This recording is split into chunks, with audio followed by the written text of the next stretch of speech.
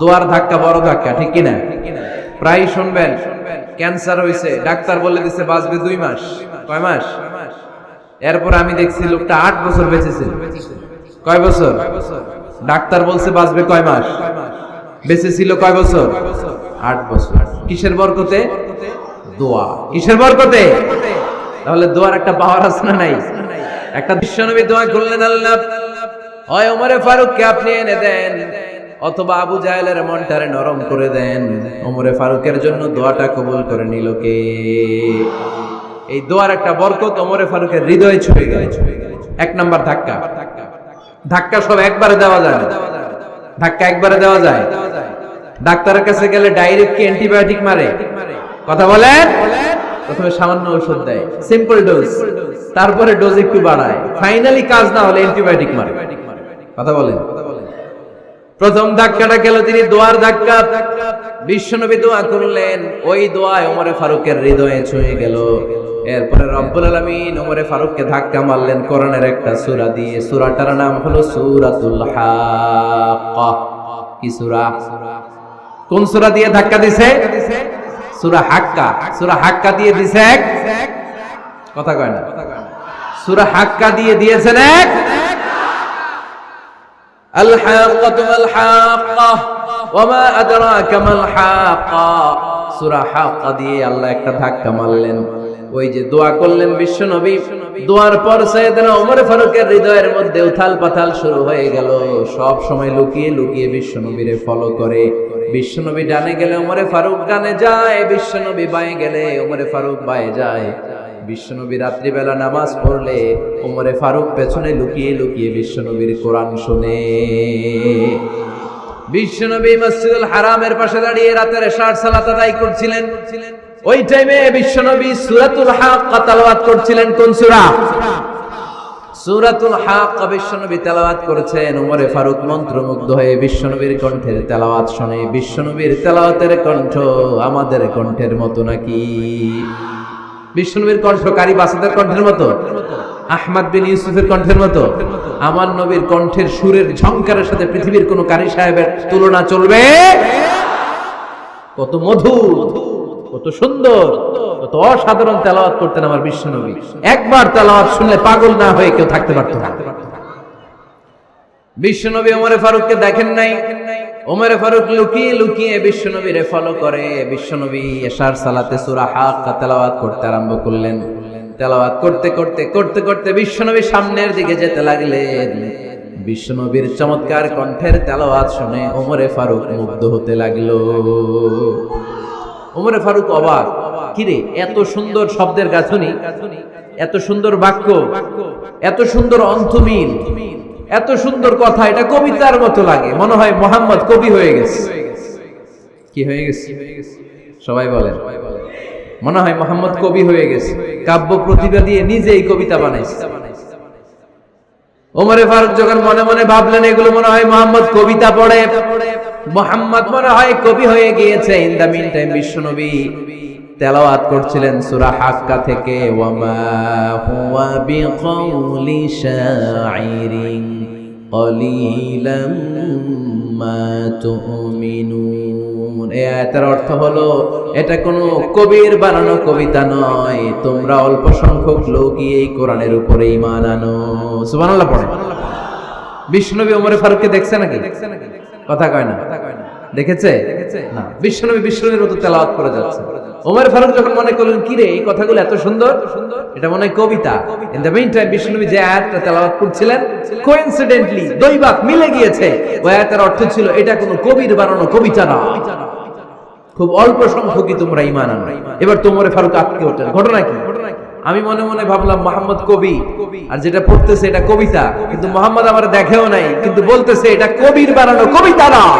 তাহলে মুহাম্মদ মনে হয় গণক হয়ে গেছে। কার মনে কি চলে না দেখেই বলতে পারে। নাউজুবিল্লাহ পড়বেন না? ওমর ফারুক এবার মনে মনে ভাবে মুহাম্মদ তাহলে কবি না, আগেরটা ভুল। ভুল ধারণা আমি করেছি, মুহাম্মদ কবি নয়, মুহাম্মদ হলো গণক। আওয়াজ করে পড়েন না আউযু বিল্লাহ। মুহাম্মদ মানুষের মনে কি চলে গণনা করে সব টের পেয়ে যায়, সব বুঝতে পারে। বিশ্বনবী তখন যে আয়াতটা তেলাওয়াত করছিলেন সেটা হলো ওয়ালা বিকাউলি কাহিনিন কলিলাম মা তাযাক্কারুন। বিশ্বনবী তখন যে আয়াতটা তেলাওয়াত করছিলেন এই আয়াতের অর্থ হলো এটা কোনো গণকের বানানো কথা নয়, খুব অল্প সংখ্যক লোকই তোমরা উপদেশ গ্রহণ করো। বিশ্বনবী ওমর ফারুককে দেখে, কথা কয় না, দেখে না, কিন্তু মিলে যাচ্ছে। ওই আয়াতের পরের আয়াতটা ছিল এটা গণকের বানানো কোনো গণনা নয়, খুব অল্প সংখ্যকই তোমরা ঈমান আনো। এবার তো ওমর ফারুক বেহুশ। হায় হায়, প্রথমে ভাবলাম কবিতা, সে পড়ে যাচ্ছে না কবির বানানো কবিতা না। এরপর মনে মনে ভাবলাম মনে হয় গণক, সে বলে না এটা গণকের বানানো গণনা নয়। তাহলে এটা কি? এটা কি? কি এটা? কি পড়ে মুহাম্মদ, যার কণ্ঠের তেলাওয়াত শুনলে মানুষ পাগল হয়ে যায়। বিশ্বনবী তখন পড়তে আরম্ভ করলেন তানজিলুম মির রাব্বিল আলামিন। এর মানে হলো এটা কবিতা না, এটা গণকের বানানো গণনা না, মানুষের বানানো কিচ্ছু না, এটা গোটা বিশ্বের রব আল্লাহ পাকের বাণী। সুবহানাল্লাহ পড়ে। এই 2 নাম্বার ডোজ পড়লো। প্রথম ডোজ পড়ছে দোয়ার ডোজ। প্রথম ডোজ কিসের? দোয়ার। 2 নাম্বার সূরা হাক্কা দিয়ে আল্লাহ দিলেন এক ধাক্কা। এই সূরা হাক্কার ওই ঘটনার পর ওমর ফারুক তো পাগল, পাগল পড়া। কি ঘটে গেল আমার সাথে ওই দিন? আমি মনে মনে যা ভাবি সব মুহাম্মদ বুঝে। আল্লাহ 2 নাম্বার ডোজ দিলেন সূরা হাক্কা দিয়ে এক ধাক্কা। সুবহানাল্লাহ পড়েন। এরপর ওমর ফারুক প্রায় বিশ্বনবীর কথা ভাবেন, বিশ্বনবী কোথায় যান লুকিয়ে লুকিয়ে দেখেন। এবার রব্বুল আলামিন ভাবলেন এবার সূরা তাহা দিয়ে আমি 3 নাম্বার ডোজ দিয়ে দিব। পড়েন সুবহানাল্লাহ।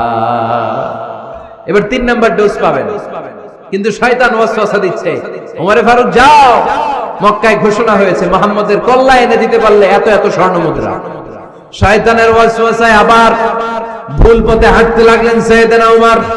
নাঙ্গা তরবারি নিয়ে বিশ্বনবীর মাথা কাটার জন্য বের হয়ে গেলেন। বনু জাহারা গোত্রের একটা লোক বলে ওমর তুমি কোথায় যাও? ওমরে ফারুক বলেন মুহাম্মাদের কল্লা কাটার জন্য যাচ্ছি। পড়েন নাউজুবিল্লাহ।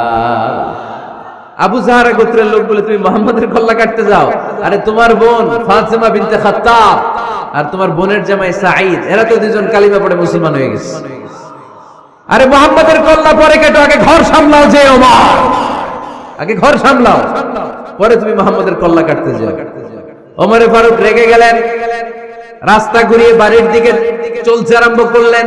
রাগে তিনি গড়গড় করছেন। ওমরে ফারুকের বোন ফাতিমা বিনতে খাত্তাব, বোনের জামাই সাঈদ, তাদের দুইজনকে খাব্বাব রাদিয়াল্লাহু তাআলা আনহু সূরা তাহা ঘরের ভিতরে তেলাওয়াত করে শোনাচ্ছিল। পড়েন সুবহানাল্লাহ। সূরা তাহা দিয়ে আল্লাহ একটু পরে ধাক্কা মারবে আরেকবার। ওমরে ফারুক যখন আসলেন, ওমরে ফারুকের আওয়াজ শুনে খাব্বাব রাদিয়াল্লাহু তাআলা আনহু লুকিয়ে গেলেন। ওমরে ফারুক দরজার মধ্যে কড়া নাড়লেন। বোন বলে কে তুমি? সাইয়েদনা ওমর বললেন আমি ওমর। খুলে দেওয়া হলো। ঘরের ভেতরে ঢুকেই কথা নাই বার্তা নাই, নিজের আপন বোনকে মারতে শুরু করলো ওমর। বোন জামাইকে আঘাত করতে শুরু করলো। মারতে মারতে নিজের কলিজার টুকরা বোনকে, বোনের জামাইকে সাইয়েদনা ওমরে ফারুক পিটাতে পিটাতে রক্তাক্ত করে ফেললেন। গা দিয়ে ফিনকি বের হয়ে যখন রক্ত বের হয়, সাইয়েদনা ওমরে ফারুকের দিলের মধ্যে মায়া তৈরি হয়ে যায়। সাইয়েদনা ওমরে ফারুক বললেন আমার কলিজার টুকরা বোন আর বোন জামাই, তোরা কেন মুহাম্মাদের কথায় পাগল হলি? বুঝলাম না কেন মক্কার লোকগুলো পাগল পড়া হয়ে সব মুহাম্মাদের দলে চলে যায়। কি এমন কথা মুহাম্মদ তোদের শোনায়, কি এমন বাণী তোদের শোনায় যে বাণী শুনে সব তোরা মুহাম্মাদের দলে চলে গেলি? কি আছে মুহাম্মাদের কাছে? কি কি জাদুটা? কি কি জাদু পেলি সেখানে? আমার একটু দেখা। বোন ফাতেমা বলে না ভাই, ইন্নাকা রিজিস, তুমি নাপাক। লা ইয়ামাসসুহু ইল্লাল মুতাহহারুন, পাক পবিত্র না হয়ে আল্লাহর এই কালামে স্পর্শ করা যায় নাকি? আওয়াজ করে বলেন স্পর্শ করা যায়? ভাই তুমি গোসল করে আসো, তাহলে তোমার হাতে তুলে দিব, তুমি পড়লেই বুঝতে পারবা কি আছে আল্লাহর এই কোরআনে। সুবহানাল্লাহ পড়েন। সাইয়েদনা ওমর ফারুক গোসল করে আসলেন। বোন এবার সূরা তাহা চামড়ার মধ্যে সূরাতু তাহার কিছু অংশ লিখে খাব্বাব রাদিয়াল্লাহু তাআলা আনহু লুকিয়েছিলেন ওনার হাত থেকে। সূরা তাহার অংশটা নিয়ে সাইয়েদনা ওমরে ফারুকের বোন ওমরে ফারুকের হাতে দিয়ে বলল, ভাই তুমি আসার আগে এই অংশটা সবাই মিলে তেলাওয়াত করছিলাম। ওমরে ফারুকের হৃদয়টা তখন একেবারে নরম, কারণ আগে ধাক্কা খাইছি কয়টা? জোরে বলতে হবে। প্রথম ধাক্কাটা কিসের? হ্যাঁ, দোয়া। দ্বিতীয়টা হাক্কা, সূরার নাম হাক্কা দিয়ে দিয়েছেন আল্লাহ ধাক্কা। এবার দিলেন সূরা তহার ধাক্কা। ওমরে ফারুক হাতে নিলেন, খুব ভালো আরবি জানতেন, চমৎকার আরবির অর্থ বুঝতেন, কারণ আরবি ভাষাভাষী মানুষ। হাতে নিয়ে নজর দেওয়ার পরে ওনার চোখ দিয়ে দাঁড় দাঁড় করে পানি বের হয়ে গেল। ওমরে ফারুক আয়াতগুলোর দিকে তাকিয়ে পড়তে আরম্ভ করলেন, তহা মা আনজালনা আলাইকাল কুরআনা লিতাশকা ইল্লা তাযকিরাতান লিমান ইয়াখশা তানজিলাম মিম্মান খালাকাল আরদা ওয়াস সামাওয়াতিল উলা। পড়েন সুবহানাল্লাহ। উনি পড়তে আরম্ভ করলেন, তাহা মা আনজালনা আলাইকাল কুরআনা লিতাশকা, এই কোরআনকে হতভাগা জাতি হিসেবে থাকার জন্য তোমাদের উপর নাজিল করি নাই। তানজিলাম মিম্মান খালাকাল আরদা ওয়াস সামাওয়াতিল উলা, এটা ওই রবের পক্ষ থেকে, ওই সত্তার পক্ষ থেকে নাজিল হয়েছে যেই রব জমিন তৈরি করেছেন, যেই রব বিশাল সুবিশাল আকাশও তৈরি করেছেন। সুবহানাল্লাহ। সূরা তহার এই চমৎকার অসাধারণ শব্দ গাঁথনি দিয়ে এই আয়াতগুলো যখন পড়তে আরম্ভ করলেন, ওমরে ফারুক আর নিজের উপর ব্যালেন্স রাখতে পারলেন না, আর ধরে রাখতে পারলেন না। এবার ডাইরেক্ট অ্যাকশন। এবার কি? এবার কি? 3 নাম্বার ধাক্কা খেয়ে, সূরা তহার ধাক্কা খেয়ে আর সামলাতে পারলেন না, পাগলের মতো হয়ে গেলেন। বলতে আরম্ভ করলেন, আইনা মুহাম্মদ, মুহাম্মদ কোথায়? সাইয়েদনা খাব্বাব বললেন, বিশ্বনবী সাফা পাহাড়ের পাদদেশে দারুল আরকাম ইবনে আবিল আরকামের ঘরে বসে বসে লুকিয়ে লুকিয়ে কোরআনের দাওয়াত দিচ্ছে। ওমর, তুমি যদি মুহাম্মদ সাল্লাল্লাহু আলাইহি ওয়াসাল্লামের দেখা পেতে চাও, তাড়াতাড়ি দারুল আরকামের ঘরের দিকে ছুটে যাও। ওমরে ফারুক তলোয়ার নিয়ে ছুটলেন, পাগলের মতো ছুটলেন, আর ধৈর্য ধারণ করতে পারেন না। বিশ্বনবীর নূরানি চেহারাটা একবার দেখার জন্য পাগলের মতো ছুটতে আরম্ভ করলেন। ওমরে ফারুককে দারুল আরকামের কাছে আসতে দেখে বিশ্বনবীর চাচা হামজা ইবনে আব্দুল মুত্তালিব এসে বলে, নবী তাড়াতাড়ি দারুল আরকামের ঘর থেকে আপনি পালিয়ে অন্য কোথাও চলে যান। ওই যে ওমর ইবনে খাত্তাব নাঙ্গা তলোয়ার নিয়ে আপনার উপর আক্রমণ করার জন্য ছুটে আসছে গো নবী। বিশ্বনবী বললেন, ও আমার সাহাবারা, ও আমার চাচা হামজা, সবাই আপনারা সরে যান, ওমরে আসতে দেন, ওমরে বাধা দিয়েন না। কারণ কিছুদিন আগে তাহাজ্জুদের নামাজ পড়ে আমি আল্লাহর কাছে একটা বিশেষ দোয়া করেছি, আমার মন বলছে ওই দোয়াটা আল্লাহ কবুল করতে শুরু করেছে। ওমরে ফারুক চলে আসলেন, এসে কোনো কথা নাই, চিৎকার দিয়ে বললেন, আশহাদু আল্লা ইলাহা ইল্লাল্লাহ ওয়া আশহাদু আন্না মুহাম্মাদান আবদুহু ওয়া রাসূলুহু, আমি সাক্ষ্য দিলাম আল্লাহ এক, অদ্বিতীয়, আল্লাহ ছাড়া কোনো ইলাহা নাই, নিশ্চয় আপনি মুহাম্মদ আল্লাহর বান্দা এবং রাসূল। সুবহানাল্লাহ। এই কালমা শাহাদাতের ভেতরে আল্লাহর কথা, আমার নবীর কথা ঢুকিয়ে দিয়েছে কে? ঝিনুকের ভেতর লুকিয়ে থাকে যেমন মতি, ঝিনুকের ভেতর লুকিয়ে থাকে যেমন মতি, কালমা শাহাদাতে আছে আল্লাহর জ্যোতি, কালমা শাহাদাতে আছে আল্লাহর জ্যোতি। পড়েন, ঝিনুকের ভেতর লুকিয়ে থাকে যেমন মতি, ঝিনুকের ভেতর লুকিয়ে থাকে যেমন মতি, কালমা শাহাদাতে আছে আল্লাহর জ্যোতি, কালমা শাহাদাতে আছে আল্লাহর জ্যোতি। পড়েন আল্লাহু আকবার। ওই শাহাদাতের জ্যোতি সাইয়েদনা ওমর ফারুকের হৃদয়টারে উজালা করে দিল। দুনিয়ার সব ভয়কে পেছনে ফেলে এক আল্লাহর ভয়কে অন্তরে ধারণ করে আওয়াজ করে বললেন, আশহাদু আল্লা ইলাহা ইল্লাল্লাহু ওয়াহদাহু লা শারীকা লাহু ওয়া আশহাদু আন্না মুহাম্মাদান আবদুহু ওয়া রাসূলুহু। পড়েন সুবহানাল্লাহ। 3টা ধাক্কা। কয়টা? সবাই বলতে হবে কয়টা? প্রথম ধাক্কাটা দোয়া, দ্বিতীয় ধাক্কা হাক্কা, তৃতীয় ধাক্কা সূরা তাহা, 3টা ধাক্কার মাধ্যমে সাইয়েদনা ওমর ফারুককে মুসলমানদের লিডার বানায় দিল কে? ওমর ফারুক কালিমা পড়ে মুসলমান হয়ে গেছে। নও মুসলিম সাহাবাদের মধ্যে আনন্দের বন্যা বয়ে গেল। বিশ্বনবী খুশি হয়ে গেলেন, আল্লাহ শুকরিয়া করলেন, আল্লাহ তুমি আমার দোয়া ফিরিয়ে দাও নাই। আমি বলেছি দুজনের একজনকে চাই, তুমি ওমর ফারুককে দান করেছো, পড়েন আলহামদুলিল্লাহ। এবার ওমর ফারুক বিশ্বনবীর প্রশ্ন করলেন, নবী আলাসনা আলাল হক, আমি প্রশ্ন করি উত্তর দেন, আমরা কি সত্যের উপর নাই?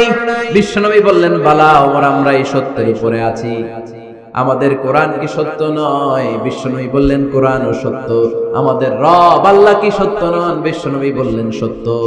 ওমর ফারুক বললেন, তাহলে ফিমাল ইখতিফা, তাহলে লুকিয়ে লুকিয়ে আর গোপনে দাওয়াতি কাজ কেন? আপনি সত্য নবী, কোরআন সত্য কিতাব, আমার রব আল্লাহ সত্য, আর আমি ওমর কালিমা পড়ে মুসলমান হয়ে গিয়েছি, তাহলে ফিমাল ইখতিফা, আর লুকিয়ে লুকিয়ে কোরআনের দাওয়াত দিবেন কেন? বের হন, মক্কার শহরের মাঝখানে চলে আসেন, চিৎকার করে আমরা আল্লাহর নামের ঘোষণা দেব। বিশ্বনবী বললেন, না ওমর,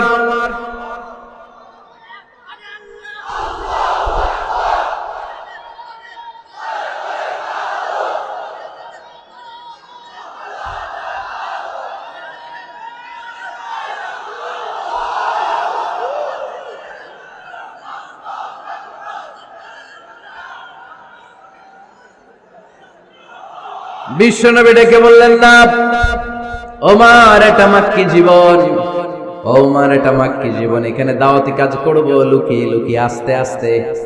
আল্লাহ যখন আমাদেরকে বিজয়ী করে দিবেন, তখন আমরা প্রকাশ্যে দাওয়াত দিলে কোনো সমস্যা নাই। সাইয়েদনা ওমর ফারুক বলেন, না ও নবী, আমার উপর ছেড়ে দেন, আমি দেখব আপনি আমারে শুধু মক্কার জমিনে একটা মিছিল দেওয়ার অনুমতি দেন। কিসের অনুমতি? আল্লাহর নামের তাকবীর দেওয়ার অনুমতি দেন। বিশ্বনবী বললেন, ঠিক আছে, সাবধানে তাকবীর দিও।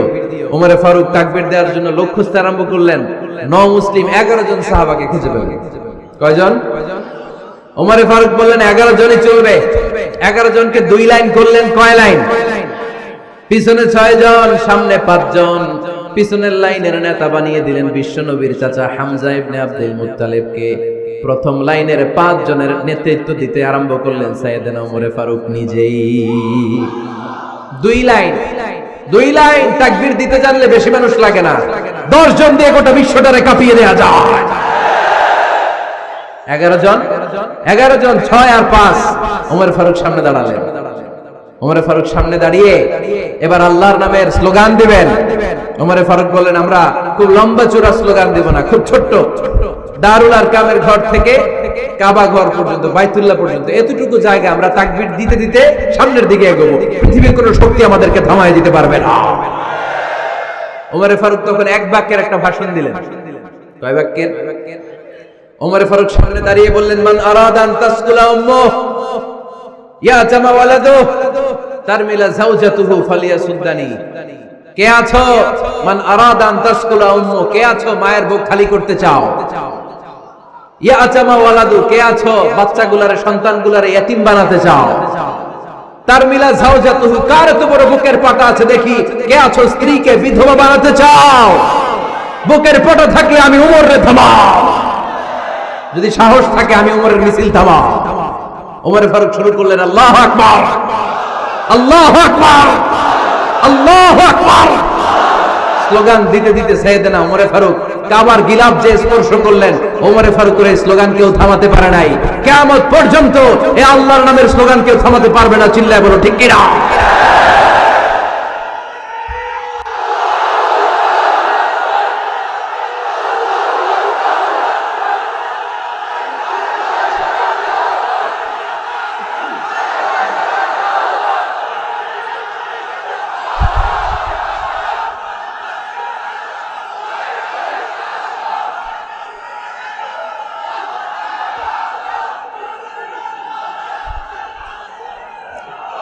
ওমর ফারুকের স্লোগান সেদিন মক্কায় কেউ থামাইতে পারছিল? আওয়াজ করে বলতে পারছিল? এখনো আল্লাহর নামের স্লোগান কেউ থামাই দিতে পারবে? কিয়ামত পর্যন্ত আমার রবের স্লোগান কেউ থামাতে পারবে? পারবে না। ওমরে ফারুক স্লোগান দিলেন, আবু জাহেল, উতবা, শাইবা, ওয়ালিদ ইবনে মুগীরা আল্লাহু আকবার ধ্বনি শুনে বাইরে আসছে। কিরে এত বড় স্লোগান, আমাদের কাছ থেকে পারমিশন নেয় নাই, অনুমতি নেয় নাই। অনুমতি নেওয়া ছাড়াই স্লোগান শুরু। বের হয়ে দেখে মিছিলের সামনে ওমর। ওমরে ফারুককে দেখে আবু জাহেল দিছে এক দৌড়, উতবা দিছে আরেক দৌড়, শাইবা দিছে বহু দৌড়। সুবহানাল্লাহ পড়বেন না? এজন্য ওমর বেশি লাগে না, ওমর লাগে একজন। চিল্লায় বলতে হবে, ওমরে ফারুক লাগে কয়জন? একজন ওমরই গোটা বিশ্বের চেহারা পাল্টে দিতে সক্ষম। চিল্লায় বলেন ঠিক কিনা? গোটা বিশ্বে মুসলমানদের আছে করুণ অবস্থা। আমাদের কোনো সেন্ট্রাল লিডারশিপ নাই। আমাদের মুসলিম দেশগুলোর এক করে রাখবে, ভাইয়ের ভাইয়ের মতো রাখবে, আমাদের স্বার্থ নিয়ে কথা বলবে, এরকম নেতা আমাদের নাই। ঠিক কিনা? আমরা সেই ওমরে ফারুকের অপেক্ষায়, আমরা সেই ইমাম আল মাহাদির অপেক্ষায়, যার একটা হুঙ্কারে আর আহ্বানে গোটা বিশ্বের সব মুসলমান এক প্ল্যাটফর্মে চলে আসবে। ওইরকম নেতা একজন লাগবে। কয়জন? গোটা মুসলিম উম্মাহকে একত্রিত করার জন্য একজন ওমরে যথেষ্ট। ঠিক কিনা? আবার বিশ্বনবী বলছেন, লা নাবিয়্যা বা'দি ওয়ালা রাসূলা, আমার পরে কোনো নবী নাই, আমার পরে কোনো রাসূল নাই। তবে লাউ কানা বা'দি নাবিয়্যুন লাকানা উমর, আমি নবীর পরে যদি নবী হওয়ার যোগ্যতা কারো থাকে, আমার ওমরের মধ্যে সেই যোগ্যতা আল্লাহ দিয়েছে। প্রভু তুমি বলেছো রাসূল দেবে না, বলনি দেবে না ওমর, বলনি দেবে না হামজা তারিক, খালিদ বিজয় সমর। প্রভু তুমি বলেছো রাসূল দেবে না, বলনি দেবে না ওমর, বলনি দেবে না হামজা তারিক, খালিদ বিজয় সমর। প্রভু তুমি বলেছো রাসূল দেবে না। আল্লাহু আকবার। একটা ওমর দরকার। কয়জন দরকার? কয়জন দরকার? এই পুরা উম্মাহ, মুসলিম উম্মার মধ্যে ওনার পজিশন নাম্বার 3। ওমর ফারুকের পজিশন নাম্বার 1 নম্বর পজিশন বিশ্বনবী সাল্লাল্লাহু আলাইহি ওয়াসাল্লাম। দ্বিতীয় পজিশন আবু বকর। আর 3 নম্বর পজিশন, সুবহানাল্লাহ পড়বেন না? আশরাতুল মুবাশশিরিনা বিল জান্নাহ, জান্নাতের সুসংবাদ প্রাপ্ত অনেক সাহাবার কথা হাদিসে পাওয়া যায়, কিন্তু এক হাদিসে আল্লাহ রাসূল সাল্লাল্লাহু আলাইহি ওয়াসাল্লাম 10 জন সাহাবীর কথা বলেছেন। ওই 10 জনের ভেতরে সাইয়েদনা ওমর ফারুক আছে না নাই? আবার ওমর ফারুক ছিলেন বিশ্বনবীর শ্বশুর। সাইয়েদনা ওমর ফারুকের কন্যা হাফসা রাদিয়াল্লাহু তাআলা আনহাকে বিশ্বনবী বিয়ে করে ওমর ফারুকের জামাই হয়েছে, আর ওমর ফারুককে বিশ্বনবী শ্বশুর বানিয়েছে। সুবহানাল্লাহ পড়েন। আগে জানতেন এটা? ওমর ফারুক রাদিয়াল্লাহু তাআলা আনহু যে বিশ্বনবীর শ্বশুর ছিল, এটা আজকে প্রথম জানলেন। কে কে দেখি? দেখছেন? অনেকেই জানেন। মাশাআল্লাহ, হাত নামান, আমরা জেনে নিব, জানতে কোনো সমস্যা নাই। বাঁচতে হলে জানতে হবে। বাঁচতে হলে কি করতে হবে? জানতে হবে। 4 জন খলিফার 2 জন হচ্ছে বিশ্বনবীর মেয়ের জামাই, বাকি 2 জন হচ্ছে বিশ্বনবীর শ্বশুর। সাইয়েদনা উসমান রাদিয়াল্লাহু তাআলা আনহুর কাছে বিশ্বনবী সাল্লাল্লাহু আলাইহি ওয়াসাল্লাম 2 কন্যাকে বিয়ে দিয়েছেন। বিশ্বনবী সাল্লাল্লাহু আলাইহি ওয়াসাল্লামের মোট কন্যা 4 জন। কয়জন? বড় মেয়ের নাম যায়েনব রাদিয়াল্লাহু তাআলা আনহা, ওনার স্বামীর নাম ছিল আবুল আস ইবনে রাবি'। তারপরের মেয়ের নাম হচ্ছে উম্মে কুলসুম, ওনাকে বিয়ে দিয়েছিলেন বিশ্বনবী সাইয়েদনা ওসমান রাদিয়াল্লাহু তাআলা আনহুর সাথে। উম্মে কুলসুম রাদিয়াল্লাহু তাআলা আনহার ইন্তেকালের পরে আরেক মেয়ে রুকাইয়াকে বিশ্বনবী সাইয়েদনা ওসমানের কাছে আবার বিয়ে দিয়ে দিলেন। সুবহানাল্লাহ পড়েন। আর সবচেয়ে ছোট্ট কন্যা ফাতেমা রাদিয়াল্লাহু তাআলা আনহাকে বিয়ে দিয়ে দিলেন নিজের চাচাতো ভাই সাইয়েদনা আলী রাদিয়াল্লাহু তাআলা আনহুর সাথে। তার মানে সাইয়েদনা ওসমান আর সাইয়েদনা আলী ছিল বিশ্বনবীর মেয়ের জামাই। ঠিক কিনা?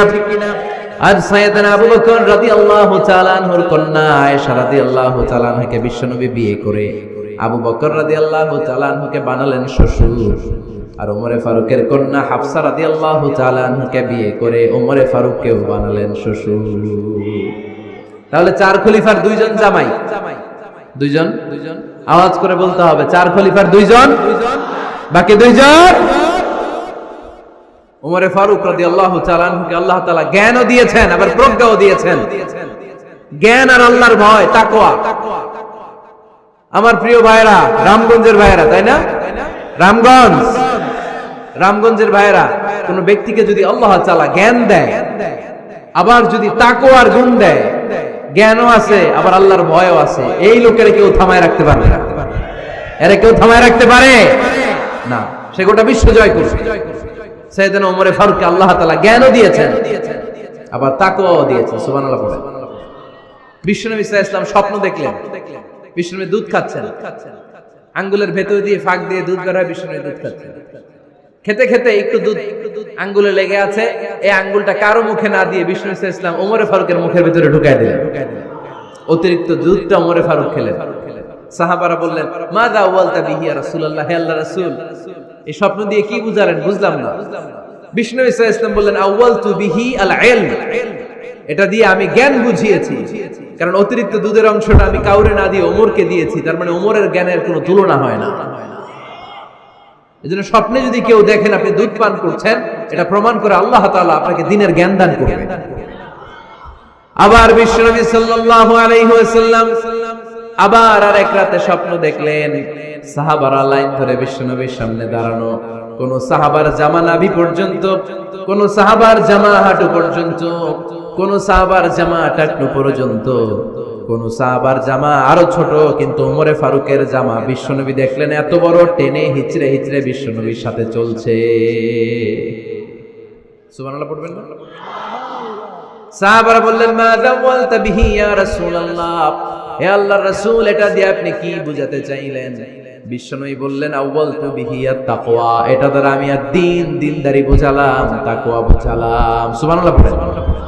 বিশ্বনবী দেখলেন কোন সাহাবার জামা এতটুকু, কোন সাহাবার জামা এত লম্বা, কোন সাহাবার জামা পা পর্যন্ত লম্বা, আর সাইয়েদনা ওমরে ফারুককে দেখলেন ওনার জামা এত লম্বা, ওমরে ফারুক টেনে হিচড়ে জামা নিয়ে চলতেছে। বিশ্বনবী বুঝাতে চাইলেন, ওমরের যেহেতু জামা লম্বা, ওমরের ভেতরে আল্লাহর ভয়, দ্বীনদারিও খুব বেশি। চিল্লায় বলেন ঠিক কি না? জ্ঞানও দিয়েছেন আবার দ্বীনদারিও দিয়েছেন। এই দুইটা জিনিস যদি থাকে, এই পৃথিবীতে তাকে সফল রাষ্ট্রনায়ক বানায় দেয় কে? আবার এই পৃথিবীর বুকে যত নারীরা জান্নাতে যাবে, সব নারীদের সর্দারিনী হবে সাইয়্যিদাতুনা ফাতিমা রাদিয়াল্লাহু তাআলা আনহা। এই দুনিয়াতে যত যুবকরা জান্নাতে যাবে, তাদের সর্দার হবে সাইয়েদনা হাসান আর হুসাইন রাদিয়াল্লাহু তাআলা আনহুমা। আর এই দুনিয়ার বুকে যত বয়স্ক মানুষেরা জান্নাতে ঢুকবে, তাদের নেতৃত্ব দিবেন সাইয়েদনা আবু বকর আর সাইয়েদনা ওমর। বয়স্ক যারা আছেন, আপনাদের নেতৃত্ব দিবে কে? হ্যাঁ, একজন কয় আল্লাহ। না, আল্লাহ তো তোমারে জান্নাত দিবে, তোমারে জান্নাতে নিয়ে যাবে কে? সাইয়েদনা আবু বকর, সাইয়েদনা ওমর। আর ইয়াং যারা তোমরা এসেছো, তোমরা যখন জান্নাতে ঢুকবে, তোমাদের লিডারশিপ নিবে কে? হাসান আর হুসাইন রাদিয়াল্লাহু তাআলা আনহুমা। আর নারীরা যারা জান্নাতে প্রবেশ করবে, এই নারীদের নেতৃত্ব দিবে বিশ্বনবীর কলিজার টুকরা, নয়নের বুটুলি সাইয়্যিদাতুনা ফাতিমা রাদিয়াল্লাহু তাআলা। সুবহানাল্লাহ পড়বেন না? ওমরে Farooq, the super hero of Muslim উম্মাহ। আমরা কাদেরকে সুপার হিরো বানায় রাখছি আমরা জানি না। এই নায়ক নায়িকা, গায়ক গায়িকা, মডেলরা, চোখ ধাঁধানো গ্ল্যামার নিয়ে যারা চলে, এরা আমাদের মডেল নয়। আমাদের মডেল সাইয়েদনা ওমরে ফারুক। ঠিক কিনা? ঠিক কিনা? ওমরে ফারুক মসজিদে নববীর খতিব, খুতবা দিচ্ছেন। আপনারা কথা শুনতেছেন? কষ্ট হচ্ছে? কষ্ট হচ্ছে কার কার দেখি? তোমার? আরে বাইদা রাখেন রশি দিয়ে এই জায়গায়। বেশি লাফালাফি করতেছো, আর লাফাবা না, ঠান্ডা মাথায় শোনো। ওকে, মাশাআল্লাহ, ভালো ছিল।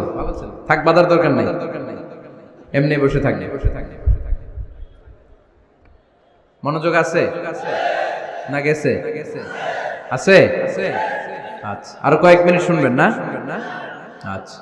ওমরে ফারুক রাদিয়াল্লাহু তাআলা আনহু জুমার খুতবা দিচ্ছেন। ওঠা বসা করলে আমি আলোচনা বন্ধ করে দেব।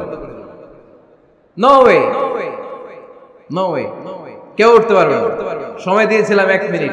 যার উঠে যেতে মনে চায়, সকাল থেকে বসে আছেন, ওয়াশরুমে যাবেন, যান, সময় দিলাম, এরপরে উঠা বসা কেন? আবার একজন উঠতে পারবে না। এদেরকে টাইনা নামান তো, বসান, টান দেন, জামা ধরে টান দেন। হ্যাঁ, টানেন। হ্যাঁ, ঠিক আছে, আরো জোরে বসান, টাইনা বসান। হ্যাঁ, ঠিক আছে, এদেরকে টান দেন, এদের বসান, এগুলো জামা ধরেন, জামা ধরেন। ধরেন চাদর ধরেন, ঠিক আছে, এই দাঁড়াইছে, ঘেরে বসো, বস, এবার এদিকে তাকান। ওমর ফারুক জুমার খুতবা দিচ্ছেন। কিসের খুতবা? খুতবার মাঝখানে হঠাৎ চিৎকার মেরে বললেন, ইয়া সারিয়াত ইবনে জানিমিল জাবাল, জাবাল, ইয়া সারিয়াত ইবনে জানিমিল জাবাল, মানে এই সারিয়া, এইদিকে না, জাবাল, পাহাড়ের দিকে, জাবাল, জাবাল, গো টু দা মাউন্টেন, পাহাড়ের দিকে যাও। এই কথা বলে আবার থেমে খুতবা দেওয়া শুরু করলেন। সাহাবারা আগা মাথা কিছুই খুঁজে পেল না। আগের কথার সাথে মিল নাই, পরের কথার সাথে মিল নাই। জুমার নামাজ শেষ, সাহাবারা বললেন, আমিরুল মুমিনিন, খলিফাতুল মুসলিমিন ওমর ফারুক জুমার খুতবা দেওয়ার সময় হঠাৎ চিৎকার মেরে বললেন, ইয়া সারিয়াত ইবনে জানিমিল জাবাল। আপনার এই বাক্যের সাথে আপনার খুতবার আগের কথার কোনো মিল পেলাম না, পরের কথারও কোনো মিল পেলাম না। আপনি বুঝিয়ে বলেন কেন বলেছেন, আমরা তো বুঝলাম না। সাইয়েদনা ওমর ফারুক বলেন, আমি যখন জুমার খুতবা দিচ্ছি হঠাৎ আমার চোখের মধ্যে ভেসে উঠলো ওই যে গত কয়েক মাস আগে আমি আমার মুসলিম সেনাপতিকে ইরানে, পারস্যে, ওই ইরানের বিশাল রাজ্যে যুদ্ধের জন্য পাঠিয়েছি। আমি দেখলাম যুদ্ধের একটা ভয়ঙ্কর মুহূর্তে আমার মুসলিম সেনাপতি ভুল দিকে চলতে আরম্ভ করেছে। বাম দিকে তার পাহাড়, ডান দিকে উপত্যকা। ডান দিকে যদি সে চলে যায়, উপত্যকায় চলে যায়, শত্রু বাহিনীর হাতে ধরা খেয়ে সব মারা যাবে। আর আমার সেনাপতি যদি মুসলিম বাহিনীকে নিয়ে পাহাড়ের উপর উঠে যায়, আল্লাহর মেহেরবানিতে এই যুদ্ধেও তারা জয়লাভ করবে। এজন্য আমি মসজিদের মিম্বারে দাঁড়িয়ে রব্বুল আলামিন আমার চোখের সামনে ওই যুদ্ধক্ষেত্রের দৃশ্যপটটা তুলে ধরেছে, ওইটা দেখে আমি এখানে দাঁড়িয়ে আমার সেনাপতিকে কমান্ড দিয়েছি। পড়েন সুবহানাল্লাহ। যেন তোর মানুষ না এটা, জুমার মিম্বারে দাঁড়িয়ে 1000 কিলোমিটার দূর পারস্যে কি হচ্ছে সেটাও দেখতে পেতেন আল্লাহর মেহেরবানিতে। সুবহানাল্লাহ পড়েন। সাহাবারা বিশ্বাস করে নিলেন, কিন্তু মুনাফিক টাইপের যেগুলো, এগুলো বলে এটা আবার কেমন কথা, উনি আছেন মদিনার মিম্বারের মধ্যে দাঁড়িয়ে, হাজার হাজার কিলোমিটার দূরে কি হচ্ছে উনি দেখবেন কেমনে। এরা বিশ্বাস করলো না, সাহাবারা সবাই বিশ্বাস করলো, মুনাফিক গুলো বিশ্বাস করলো না। তারা মনে মনে ভাবলো, এই মুসলিম সেনাপতি বিজয়ের বেশে যেদিন মদিনায় আসবে, আমরা মদিনার উপকণ্ঠে দাঁড়িয়ে থাকবো, ওদেরকে জিজ্ঞেস করবো এমন এমন দিন ওমরে ফারুকের কণ্ঠের কোনো আওয়াজ শুনতে পেরেছিলে কিনা। বিজয়ী বেশে সাহাবারা যখন ফিরে আসতো, সব মুমিনরা আহলান ওয়া সাহলান জানাতে ওনাদেরকে রিসিভ করতে যেত, মুনাফিক গুলো যেত না। কিন্তু ওই দিন মুনাফিকরা সবার আগে যায় হাজির। মুসলিম সেনাপতি যখন ঢুকলো, জিজ্ঞেস করলো, মুসলিম সেনাপতি, এতদিন আগের কথা, জুমার দিন দুপুর বেলা যুদ্ধক্ষেত্রে হঠাৎ করে আমিরুল মুমিনিনের কোনো কথা তুমি তোমার কান দিয়ে শুনতে পেরেছিলে কিনা বলো। সেনাপতি বলল, তোমরা কেমন করে বুঝলা, কেমন করে তোমরা জানলা? তোমরা ঠিকই জেনেছো, ঠিকই ধরেছো, ঠিকই বলেছো। যুদ্ধের কঠিন মুহূর্তে ভুল করে আমি উপত্যকার দিকে মুসলিম বাহিনীকে নিয়ে ছুটতে আরম্ভ করেছিলাম। হঠাৎ করে আমিরুল মুমিনিনের একটা কণ্ঠ আমার কানের ভেতরে ভেসে আসলো। আমি শুনতে পেলাম, ইয়া সারিয়াত ইবনে জানিমিল জাবাল, ডান দিকে উপত্যকার দিকে যেও না, তাড়াতাড়ি বাম দিকে পাহাড়ের উপর চড়ে যাও। শুনেছি আমি, আমার নিজ কানে শুনেছি, তোমরা কি করে জানলে? আমি নিজে শুনেছি। সেদিন আমিরুল মুমিনিনের এই ইনস্ট্রাকশন, এই গাইডলাইন যদি আমরা ফলো করতে না পারতাম, শত্রু বাহিনীর হাতে আমরা কচুকাটা হতাম। আমাদের চেহারা, আমাদের আত্মীয় স্বজনরা তোমরা কেউ দেখতে পেতে না। পড়েন সুবহানাল্লাহ। This is our super hero. আমাদের সুপার হিরোর নাম কি? চিল্লায় বলতে হবে, ওমর ফারুক রাদিয়াল্লাহু তাআলা আনহু। এভাবে গাইডলাইন দিয়েছেন উম্মতকে, এভাবে ইনস্ট্রাকশন দিয়েছেন। ওমর ফারুকের ব্যাপারে বিশ্বনবী বলেছেন, আশাদ্দুহুম ফি আমরিল্লাহি উমর, আল্লাহর জমিনে আল্লাহর দ্বীন বাস্তবায়নের ক্ষেত্রে আমার ওমর ফারুকের চাইতে কঠিন কেউ ছিল না। এজন্য ওমর ফারুককে মুনাফিকরা জমের মতো ভয় পেত। কারা ভয় পেত? এমনকি শয়তানও ভয় পেত। সুবহানাল্লাহ পড়েন। বিশ্বনবী বলতেন, মা লাকিয়াকা শাইতানু সালিকান ফাজ্জান ইল্লা সালাকা ফাজ্জান গায়রা ফাজ্জিন। ওমর, তোমার যদি ইবলিস শয়তান এই রাস্তা দিয়ে হেঁটে আসতে দেখে, ইবলিস শয়তান এই রাস্তা রেখে দিয়ে অন্য রাস্তা দিয়ে হাঁটে। ওমর তুমি যদি এই রাস্তা দিয়ে হাঁটো, শয়তান জীবনে ওই রাস্তা দিয়ে হাঁটবে না, এই রাস্তা ধুয়ে আরেক রাস্তা দিয়ে হাঁটে। সুবহানাল্লাহ কইতে পারলেন না?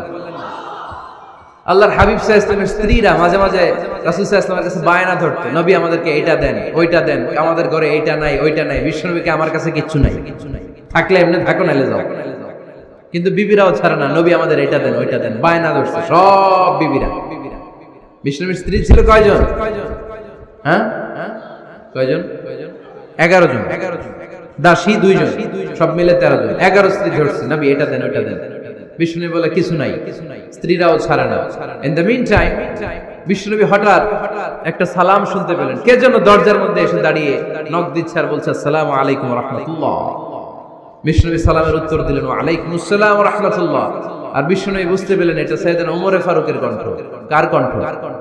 সালামের উত্তর দিয়ে বিবিদের দিকে তাকায় দেখে একটা বিবিও নাই, সব অন্দরমহলে দৌড়। সুবহানাল্লাহ কইবেন না?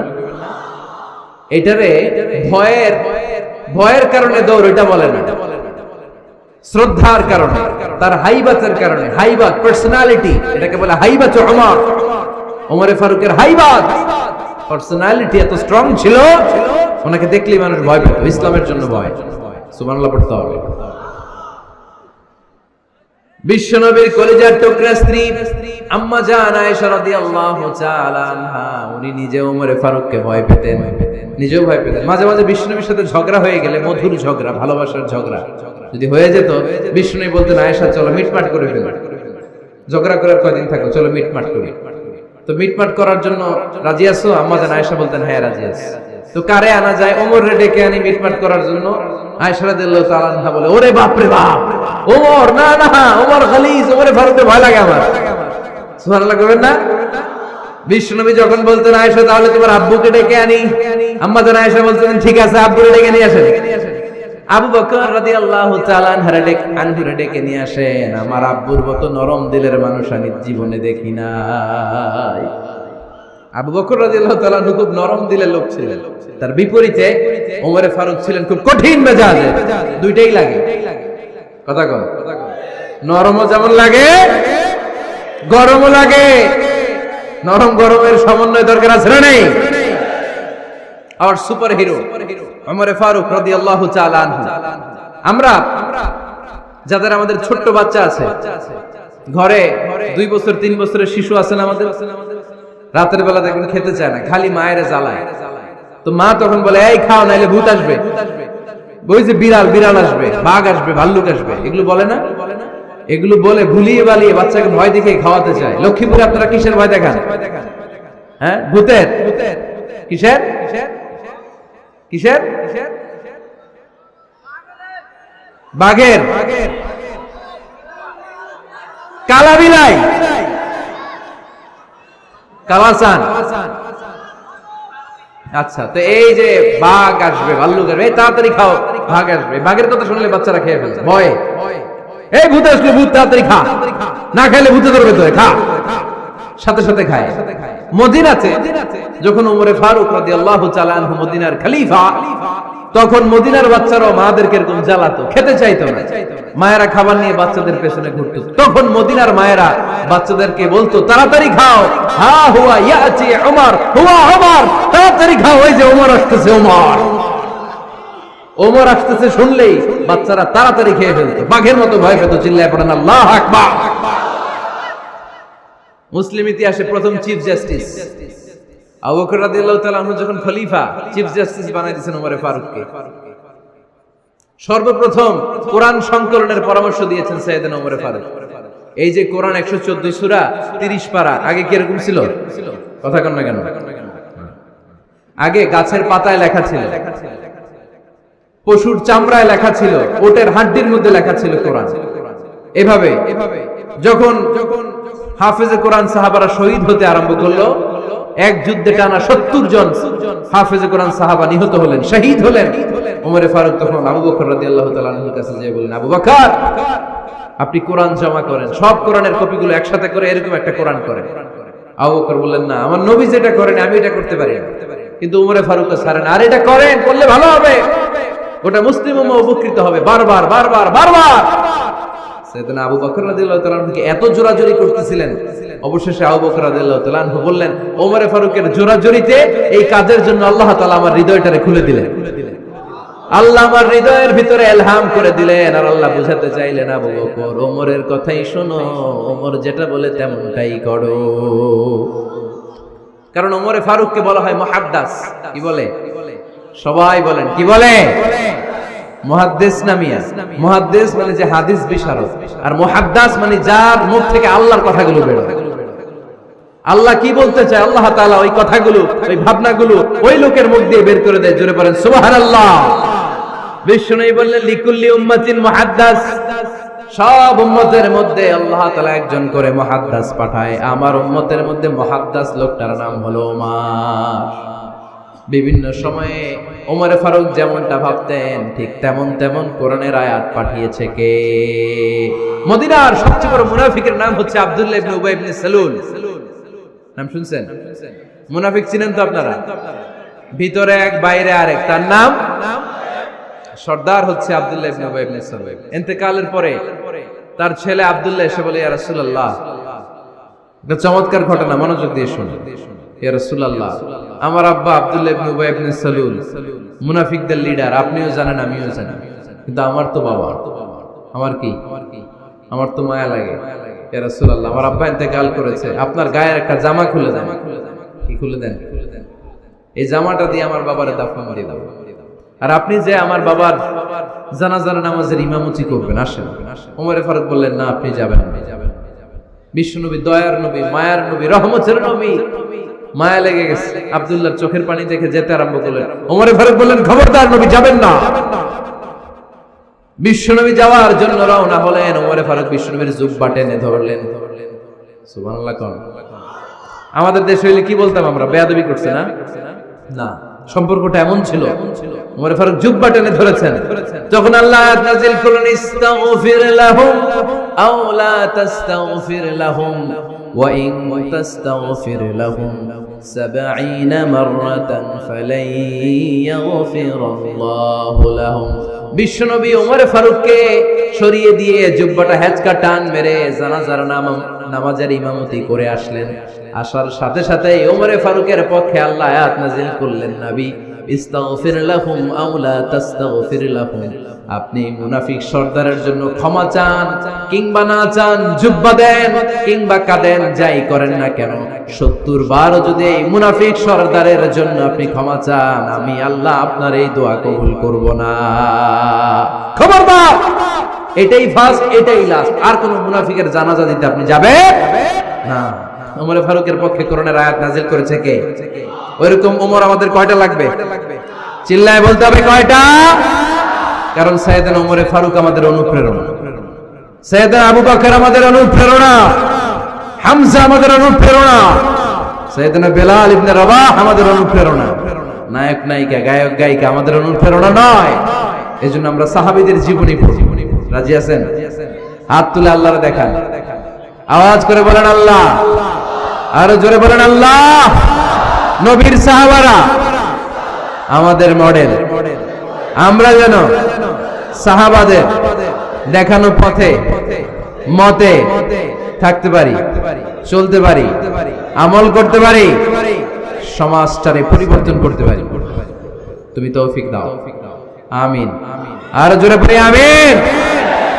আমরা যখন সাহাবাদের জীবনী পড়ি, ওমর ফারুকের জীবনীতে এরকম অসাধারণ অনেক অনুপ্রেরণা আপনি খুঁজে পাবেন।